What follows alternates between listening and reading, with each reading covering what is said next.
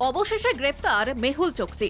সূত্রে খবর, ভারতের তরফে অনুরোধের পরে পাঞ্জাব ন্যাশনাল ব্যাংকের আর্থিক তছরূপ মামলায় অভিযুক্তের বিরুদ্ধে পদক্ষেপ বেলজিয়ামের। শনিবার হিরে ব্যবসায়ী মেহুল চোকসিকে গ্রেপ্তার করে বেলজিয়ামে জেলে রাখা হয়েছে বলে খবর। ভারতের তদন্তকারী সংস্থা সিবিআই বেলজিয়ামে তার গ্রেপ্তারের জন্য আবেদন করেছিল। পাঞ্জাব ন্যাশনাল ব্যাংকে 13,850 কোটি টাকা তছরূপের অভিযোগ।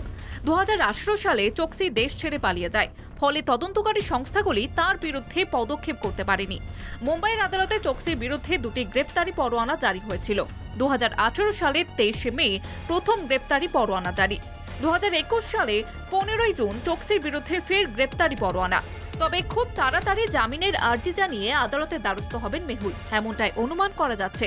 65 বছর বয়সী মেহুলের একাধিক শারীরিক সমস্যা রয়েছে, তার ভিত্তিতেই জামিন চাইতে পারেন তিনি।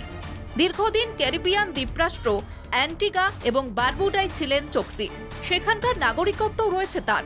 অ্যান্টিগা এবং বারবুডায় বিচার বিভাগ জানিয়েছিল তাকে ওই দেশ থেকে কোথাও নিয়ে যাওয়া যাবে না, ফলে সেখানে থাকাকালীন তাকে ভারতে ফেরানো এবং বিচারের আওতায় আনা সম্ভব ছিল না। অ্যান্টিগা এবং বারবুডা থেকে পরে বেলজিয়ামে চলে যান চোকসি। তার স্ত্রী প্রীতি চোকসি বেলজিয়ামের নাগরিক। মেহুলও বেলজিয়ামে থাকার জন্য এফ রেসিডেন্সি কার্ড পেয়েছিলেন, তবে ওই কার্ড পেতে তিনি জাল নথি দিয়েছিলেন বলে অভিযোগ। मेहुल चौकसी गिरफ्तारी होनी ही थी, कब तक बचते? ये नरेंद्र मोदी जी की सरकार है, किसी को छोड़ती नहीं है। We will know who all are responsible for this, for his easy taking the loans and escaping, from India. Who helped him to escape from India? All these things should come out. And it's exchequer. He has looted the money from the exchequer. Law should deal with him. গত মাসে জানা গিয়েছিল চোকসিকে ভারতে ফেরানোর প্রক্রিয়া শুরু করেছে নয়াদিল্লি।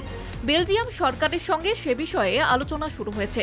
গত সপ্তাহে 26/11 হামলার মূল চক্রী তাহাউর রানার প্রত্যর্পণ সম্পন্ন করেছে ভারত। এবার কি দেশে ফেরানো যাবে ঋণখেলাপি মেহুল চোকসিকেও?